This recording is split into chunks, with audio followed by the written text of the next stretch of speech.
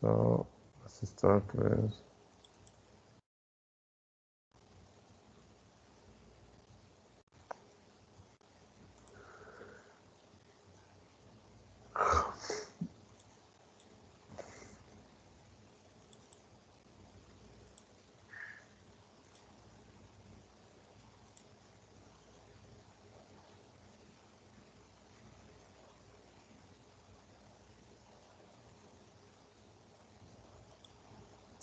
in the previous session, we have said that friction has two types, static friction and kinetic friction. We'll start with a video about friction, then we'll come back to discuss what are the two types of friction and how we calculate it. Let's start with this video first. I'll share with you a video.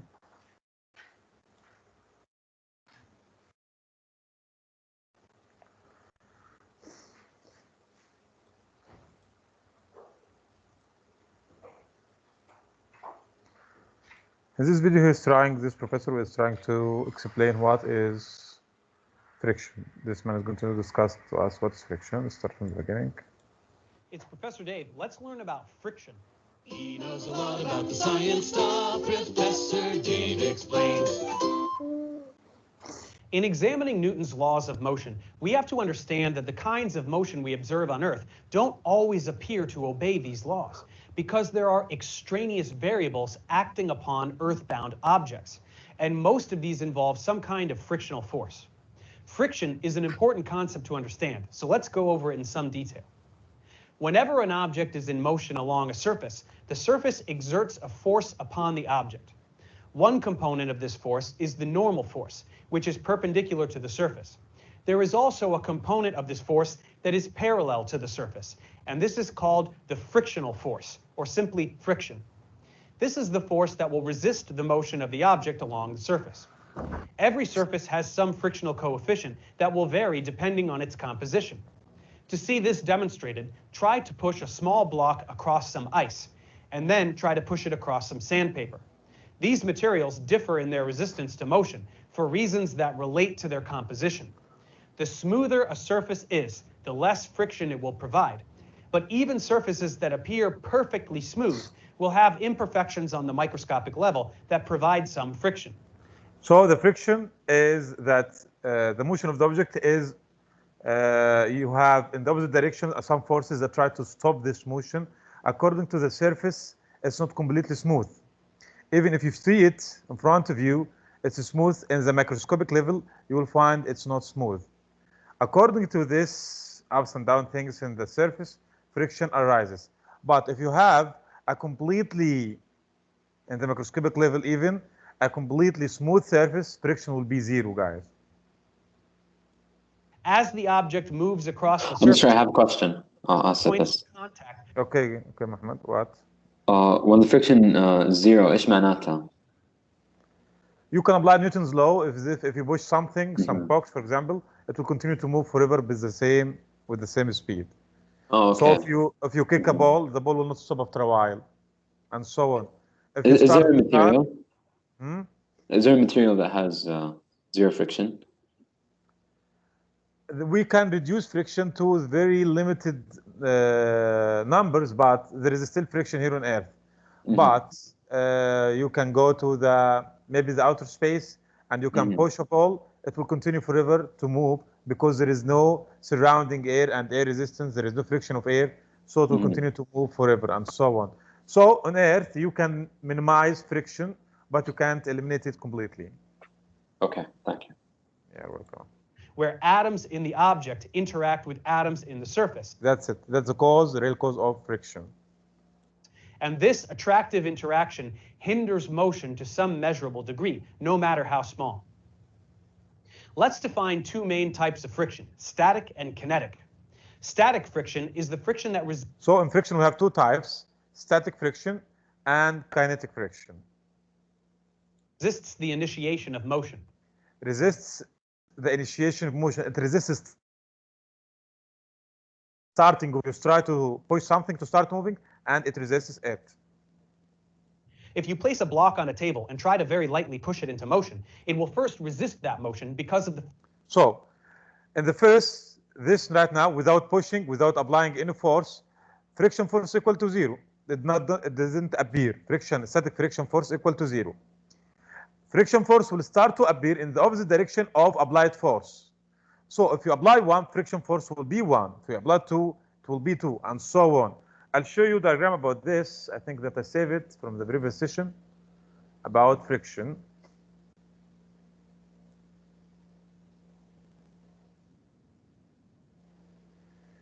I think I saved it here, but HE, I think, person.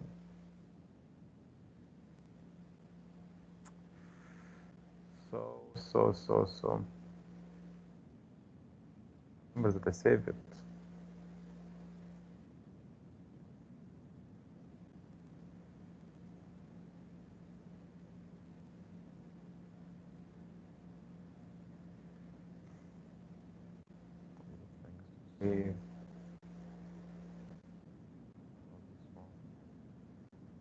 Okay, I will search it for after pushing the video. I'll search it because I don't find it right now, but I will show you the interactive animation that show us the friction force. I will come into later, but let's finish the video. Frictional force operating in the direction opposite the applied force of your push. You can push harder and it will still remain still. Yes, you will push harder. So you start friction force from 0, and friction force is still, static friction is still increasing. It's equal to the applied force. It didn't start to move yet. All of this is called static friction because you didn't start to move. Still, because the frictional force will always precisely oppose the applied force. Static friction will increase until the magnitude of the applied force exceeds the maximum. Yes. At some point, the applied force will exceed the maximum of friction force. The maximum amount of friction force. We call it F max or Fs. So the rule or the law that we'll take it right now will not calculate the range. We know we started from 0 until F max. We will take a law right now that will calculate F static max, the maximum amount of static friction. It will not calculate the range. It will calculate the maximum amount of static friction force. After this one, the object will start to slide. If the object starts to slide, static friction will disappear and another kind of friction will appear, which is called kinetic friction. Kinetic friction. Maximum static frictional force the table can exert. Then the force of the push can no longer be canceled out and the block will begin to accelerate. This frictional force is proportional to the normal force. So the heavier the object, the greater the normal. So friction force is directly proportional to the normal force. Normal force, we take it before in this chapter. It's the force perpendicular to the surface of the contact surface and always perpendicular to it. Always perpendicular to the contact surface between two objects. Force and the greater the frictional force. This is because as the weight of the object increases, the harder. By increasing the weight, what would happen to the normal force? It would increase, and so the friction force would increase. It presses down on the surface, which will increase the number of contact points between the object and the surface. And this is explaining it in the macroscopic level. By increasing the weight, you increase the point of contact between the two surfaces here. Because you know there is gaps between them, accordingly they are not completely smooth. By increasing weight, you are increasing the points of contact, and that's why you are increasing friction. The static frictional force will be anywhere from 0 to the maximum possible value. So static friction take a range, it's not a point, from 0 to the maximum value before sliding. We will write a law right now. This law will calculate the maximum value of friction force. Depending on the forces operating on the object, since the static frictional force will be equal to the applied force until the maximum is reached. The magnitude of this maximum. So this one is calculating, this law is calculating the maximum friction force. We call it Fs. We don't write F max generally. We write Fs, but we understand it. It's the maximum amount of friction force equal to mu s, and this coefficient related or for each two types of surfaces, there is mu s. For example, wood and wood, there is mu s. For wood and ceramic, there is mu s, and so on.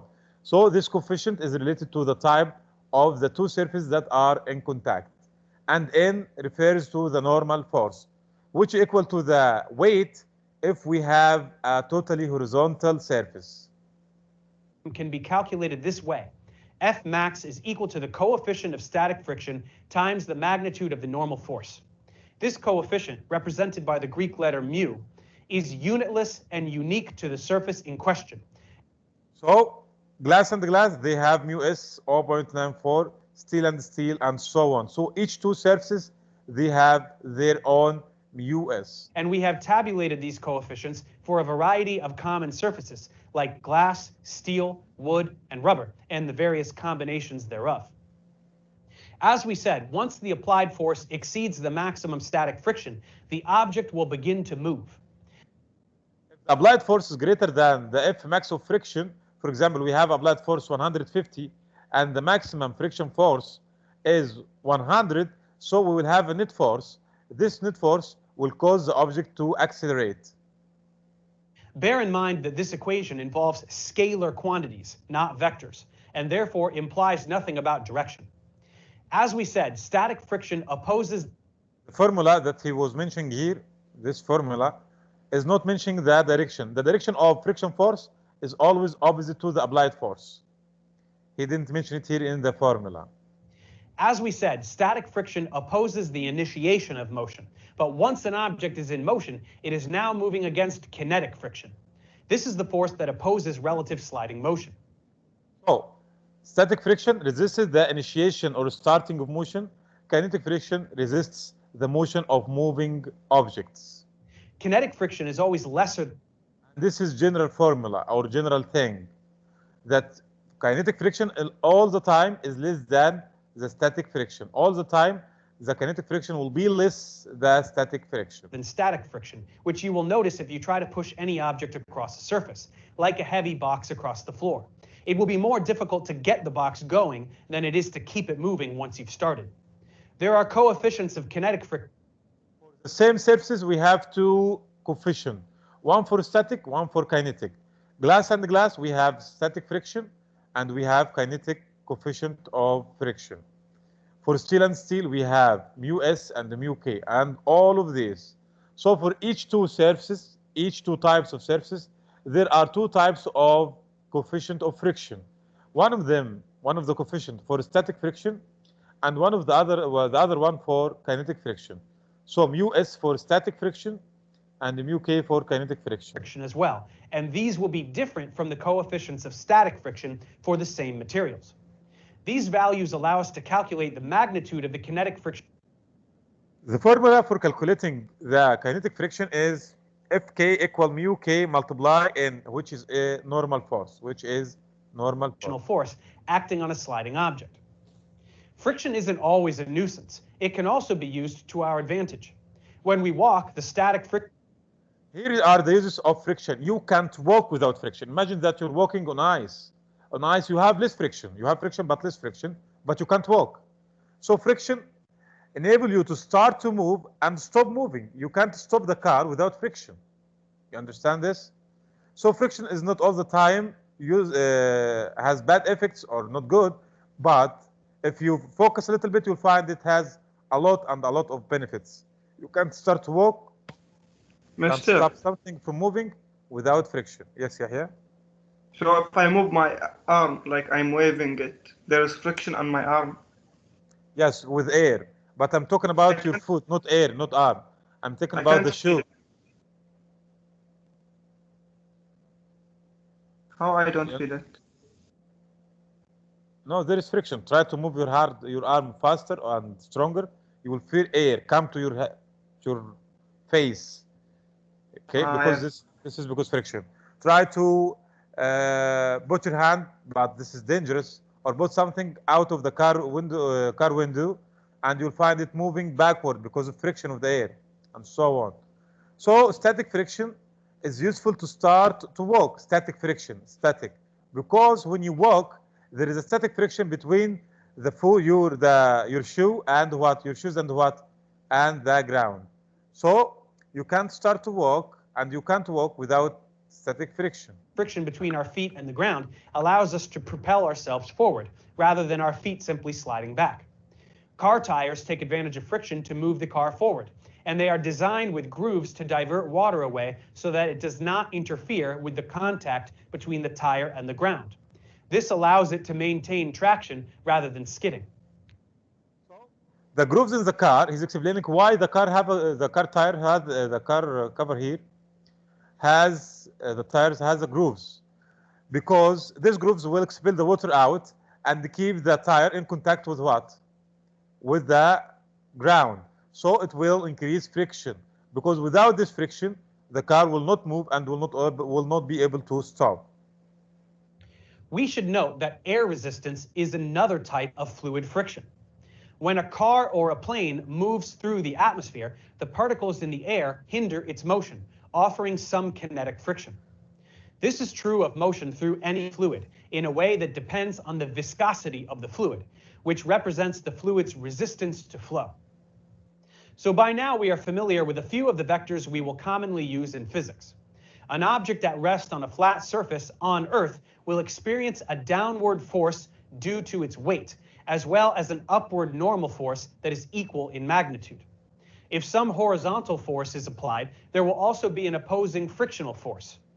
If the applied force is less than the maximum static frictional force of that surface, the horizontal vectors will cancel each other out, just like the vertical ones. So he's talking about the forces acting on a cube on earth, on ground, for example, or a table. So this cube is on the ground here. Its weight is mg downward, and it's equal to normal force upward. And this is applied force to the right. It will generate a static friction force to the left, and they are equal unless the object starts to move. If the object starts to move, this means that the applied force is greater than the static friction, the friction force. The object will start to accelerate. But if the object didn't start to accelerate, this means that the applied force will be equal to the friction force, and they will cancel out each other as the normal force and weight in the vertical dimension. And the object will remain at rest. If the applied force exceeds the maximum friction, yes, if the applied force exceeds the maximum friction, what will happen? The object will be affected by net force to the right and will start to accelerate. The object will accelerate in the direction of the push, and the kinetic frictional force will oppose its forward motion. So we can expect to see these four vectors in lots of the free body diagrams. So if we are presenting a free body diagram for friction, you will see all these four vectors: vector for weight, vector for normal force, vector for applied force, and vector for friction. From this point forward, a common example is... I have explained that to you before. All of this, we have said that weight equal to normal force. But here in this example, they are not equal. And I have explained it to you before. So let's listen to it. Is the inclined plane. In this scenario, we can examine a block sliding down a ramp. Gravity represents... Weight is always downward toward the center of the earth. So the mg, or the vector, weight vector, is always downward. And the normal force is perpendicular to the contact surface. So we will analyze the weight into two components as follows. I have explained it before, guys. Represented by mg will pull straight down, and this vector can be divided into components that are perpendicular and parallel to the incline. Those will be m. The weight will be analyzed. We can remove weight and analyze it into two vectors or components. One of them is perpendicular to the surface, which is mg cosine theta. This is the theta, okay? And this one will be mg sine theta. This is parallel to the inclined surface. So the weight can be analyzed into two things. One is perpendicular to the contact surface, mg cosine theta, and the other one is parallel to the inclined surface. mg cosine theta and mg sine theta. The force opposite the perpendicular component will be the... This case, normal force is not equal to all mg. It's equal to part of mg, one component of mg, which is perpendicular to the surface, which is mg cosine theta. Normal force, equal in magnitude and opposite in direction. We can then include a vector for the force of friction, which opposes the other component of gravity. If we calculate the net force acting on the block, this will allow us to predict the acceleration on the block as it slides down the incline. And since the two perpendicular forces cancel each other out, we just add the parallel ones together to find the net force. This perpendicular one or vertical one, they cancel out each other. They all the time equal. Mg cosine theta will cancel normal force. So if the mg sine theta, which is the applied force, greater than friction, we will find the difference between them, and this difference or net force or some force will cause the object to accelerate down the inclined surface. To try this more quantitatively, let's check comprehension. So he gives his example, but let's leave this example later. Okay, Mr. I have a question. Yes, Ahmed. Okay, so all we اللي سويناه all we focus on was static friction. طيب, the kinetic friction, what about it, Mr.? Like kinetic friction, it has only one of this law. Fk equal mu k Fm. This is the summary for the whole lesson. There are two types of friction, static friction and kinetic friction. Static friction, mu s, which is the coefficient that we talk about it for the is multiplied by normal force. In the kinetic friction, when the two surfaces are sliding past each other, so we will have a kinetic friction Fk equal mu k multiplied normal force. This is the applied force. Let me show you the rest. This is weight downward. Mg, this is weight. And upward, we'll find normal force or N. I will make it like this. So we have, sorry.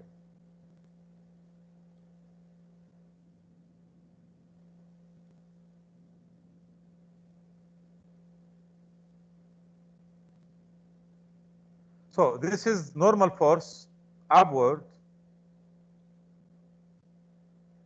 equal to mg downward all the time. This would happen if you have a totally horizontal surface like this one. And this is applied force.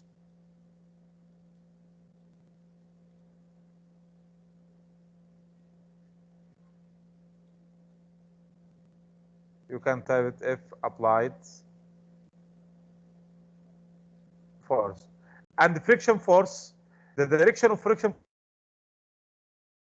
force time opposite to the motion. Move something. Sorry. So let's make it in blue and give it this one. So this would be the direction of the friction force.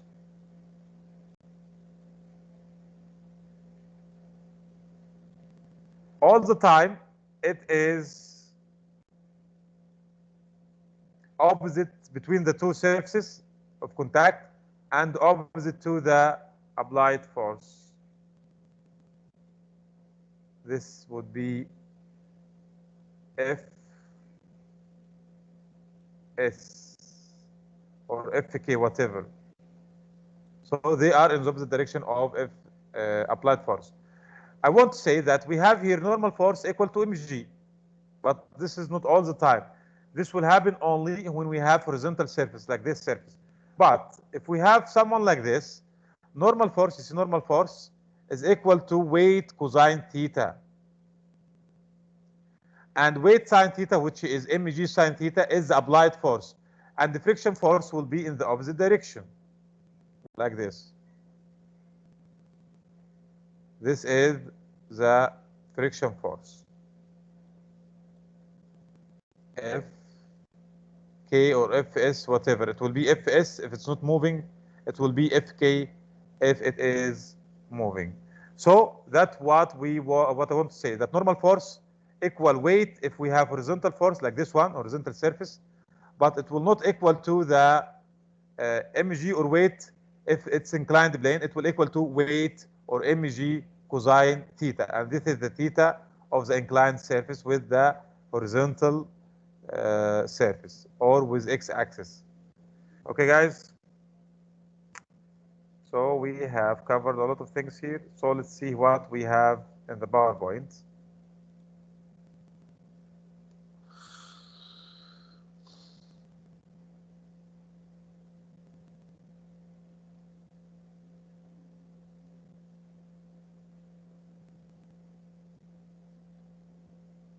Yes, that's friction. I want someone to read it. Ahmed Al-Mullah, read. Okay. The force that friction. The force that opposes the motion of one surface over another is called friction. Sliding one surface over another requires enough force to overcome the resistance caused by macroscopic hills and valleys bumping against one another. Yes, we call it macroscopic hills and valleys. If you see it like this in the macroscopic level, macroscopic, you will not see anything.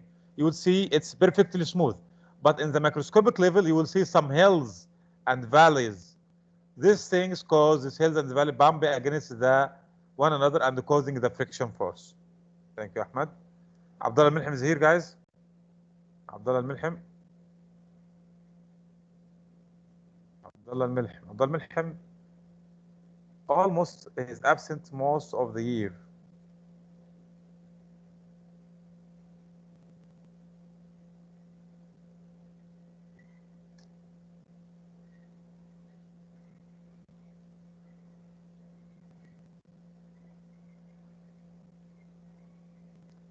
So Abdullah is absent. Ahmed Anwar participated. Ahmed Tawfiq Mishal.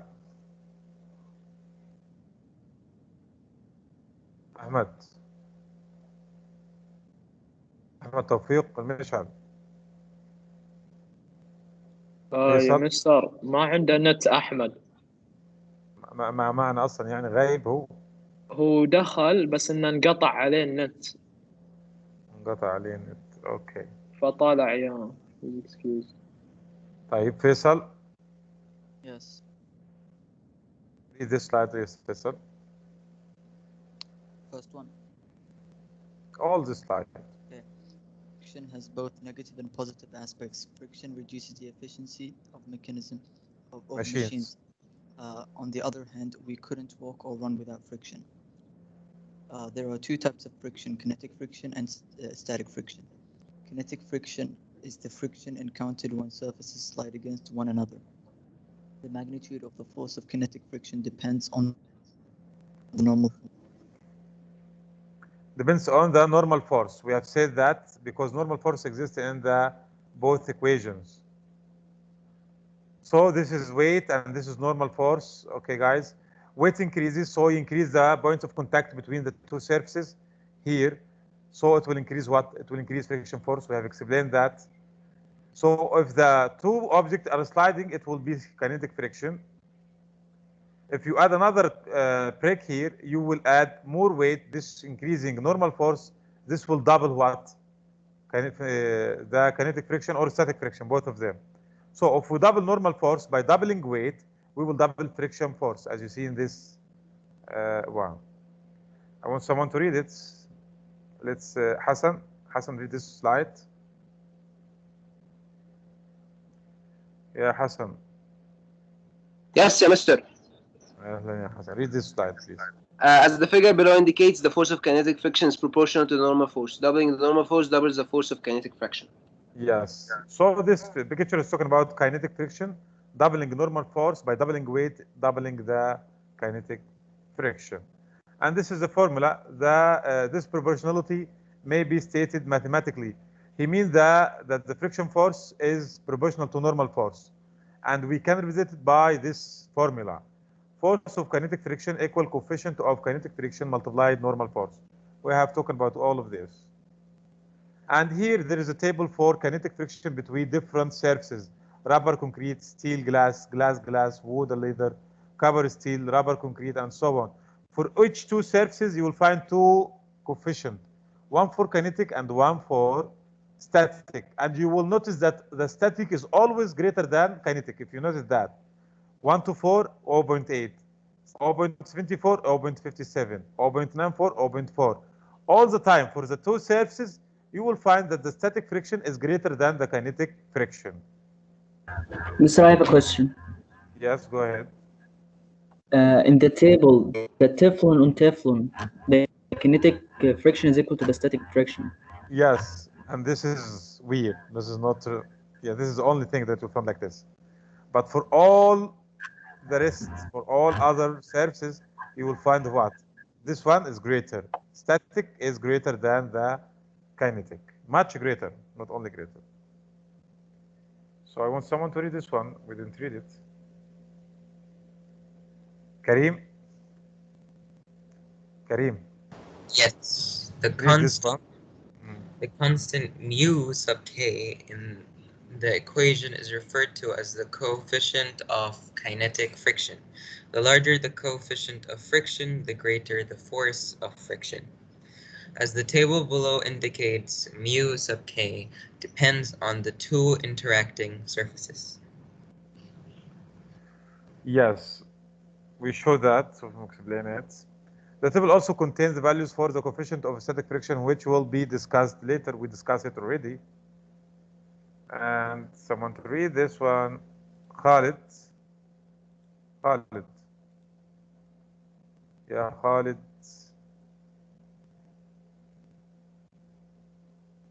Khalid. Sir, yes. Hello? Okay, Khalid. I want to, yes, read this slide, Khalid. Experiments have shown that the kinetic friction between two sliding surfaces is proportional to the normal force between the surfaces, is the same regardless of the speed of the surface, and is the same regardless of the area of contact between the surfaces. So experiments have shown that the kinetic friction between two sliding surfaces is proportional to the normal force. We talk about this Fk proportional to the mu k, to the Fn or normal force. Mu k is constant for each two surfaces. Is the same regardless of the speed of the surface. It doesn't depend on the speed. Friction doesn't depend on the speed of the surface. It's the same. He means the friction, the kinetic friction, is the same regardless of the area of contact. It doesn't depend on the area of contact. So some of you will maybe think that the kinetic friction or static friction is depending on the surface area, okay, and on the what, on the speed. It doesn't depend of those on those two things, but mainly it depends on what, on the normal force.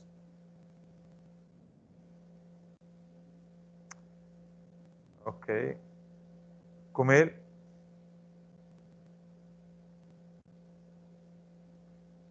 Kumail. Yeah, Kumail. Hello, mister. Hello, Kumail. Read this slide about static friction. All right, friction. Static friction is the force that opposes the sliding of one non-moving surface past another. Wait, give me a minute, mister.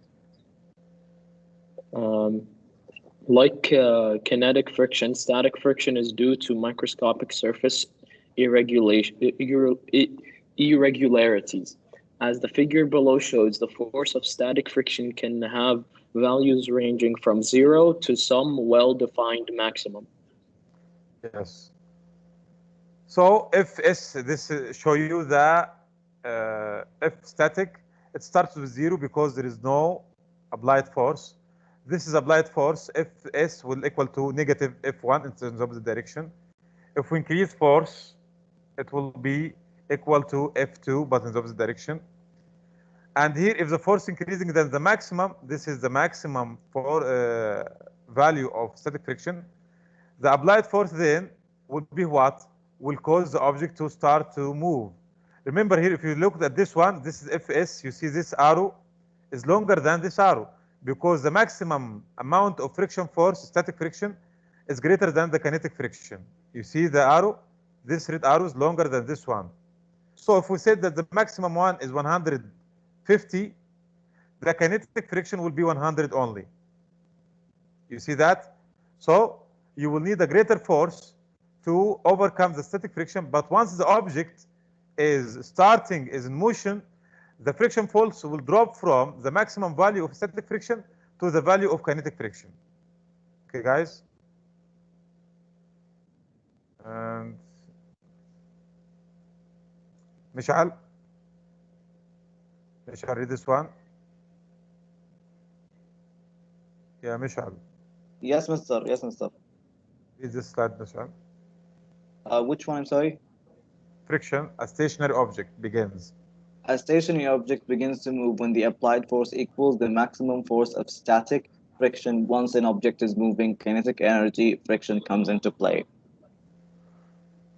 Okay, we have explained that the maximum force that static friction can exert is given by the expression. This expression, Fs is maximum, because this is the maximum. I told you that F static take a range between 0 and the maximum. This formula calculates the maximum, and the mu s comes from the maximum value of the static friction. So equal mu s Fn multiply normal force. The same formula, or the similar formula to this of kinetic friction. Thank you, Mishal. Mohannad. Yes, Mr. Read the slide on it, all the slide. In this equation, mu static is the coefficient of static friction. In general, mus is greater than muk. This means that the force of static friction Mu, not mu, not mu. Mu. Us is. In general, mu_s is greater than mu_k. This means that the force of static friction is usually greater than the force of kinetic friction. Friction plays an important role in driving safety. When a car is moving with its tires rolling freely, the friction between the tires and the road is static friction. Why is this so? Even though the car and tires are moving forward, at any instant, the bottom of the tire is at rest with respect to the ground. He asked a question here. Anyone can answer this question? When the car is moving with its tires rolling freely, the friction between the tires and road is a static friction, not kinetic. Anybody can tell me why? Why is this so? The car is moving, but this is a static friction. And while you are moving, is also static friction. When you walk, this is static, not kinetic friction. Anybody can tell me, guys, why this is static friction?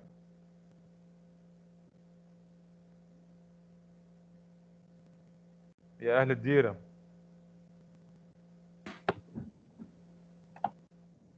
Someone answer me. Why the car, when the car is moving, or you are walking, this is static, not kinetic. Walking, but static. Car is moving, but Isn't static. It because? Yes. Wait, static is like two non-moving surfaces, right? Yes, static to non-moving surfaces. Is it because you're not applying the force in the same direction? No. Because Mr. Maybe you're not sliding because you're walking, Yanni. Yeah. I don't know. I'm saying you are walking, but it's a static friction, and the car is moving, but it's still static friction. Why is this so? Who can explain?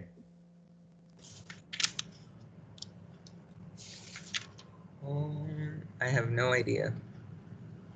Okay.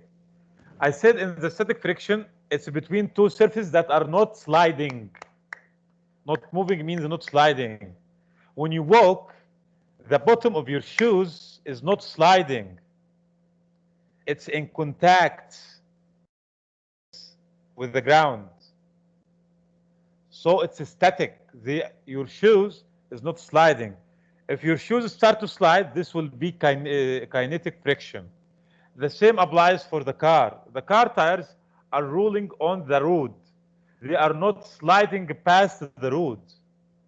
So each point of the car tire is in contact in one point on the road. And then this point is pushing the road backward. The road pushes the tire forward. So the car tire is not sliding past the road, but it's a static friction. He is just rolling in its place with the what? With the ground. So the car is not sliding. But if the tire starts to slide, that would be kinetic friction, guys. So that when you walk or the car is moving, it's static friction, not kinetic friction. Even though the car and the tires are moving. Because the tire is like touching every part of the road, it's kinetic and not static. You will have kinetic. I'll tell you the opposite so you'll understand the static. The car has kinetic friction if the car tire is not rolling, but it's sliding past the road. This is kinetic friction. You understand? The car is not rolling, it's fixed, and the sliding past the road, this is a kinetic friction. But when the car tire is rolling, okay, so it's in contact with what? With the surface of the ground, and is not sliding past the surface. It's in contact with the surface momentarily for a moment. Then the next part of the tire is a contact for a moment, and so on. So you have different parts of tire in contact with the ground. So this is called a static friction for each part of the ground. But Mr. So, yes. If the car is sliding, then it's not static friction, it's kinetic friction. Yes, because it's the car tire, yes, the car tire is sliding. For example, you hold the brakes, so the tires are not rolling, but the car is still moving because of the kinetic friction. The car starts with kinetic friction. This is kinetic friction. But when the tire is rolling on the road, this is the static friction. Like you, when you are walking, it's still static friction. Okay, Mr. Let's say if you run, for example, like on a slippery floor, and then you stop, but then like you slide. Is that kinetic energy, yani? Yes, that's kinetic friction energy. Yes, okay. Yes, yes, okay, understood. You will understand this by understanding the opposite, guys. Mentions the opposite, you will understand this one. And the opposite I mean here, if the car tire not rolling but sliding, this is kinetic. And if you are walking, not walking, you are sliding, you know, sliding past the slippery ground, this is also kinetic, like the example that Ahmed just mentioned right now. Thank you, guys. And this page will go for Omar. Omar, read this slide.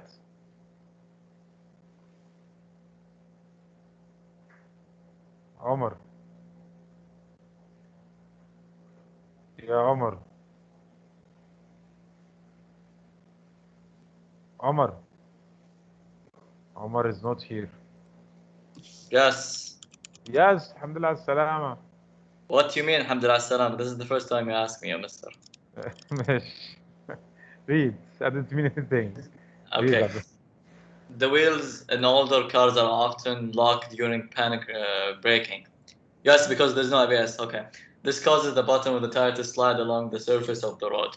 Sliding means that kinetic friction has taken over, which results in a reduction in the frictional force between the tires and the road. Anti-lock braking system use electronic rotation sensors to detect when a wheel is about to skid. The computer then automatically starts pumping the brakes. This pumping allows the wheels to continue rotating, allowing the car to come to rest using static friction rather than kinetic friction.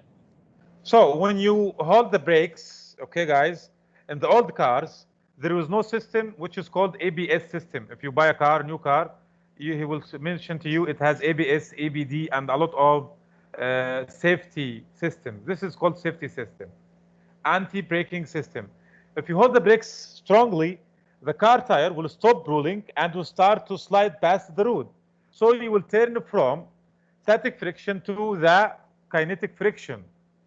Okay, guys, and that's not good because the kinetic friction has less value than the static friction. So the anti-braking system, ABS, bump the brakes, so it prevents the wheels from completely stop. It makes the wheel continue to roll, continue to move, okay, until the car comes to completely stop using static frictions, which is larger in the magnitude than the kinetic friction. Okay, guys, any question about ABS system?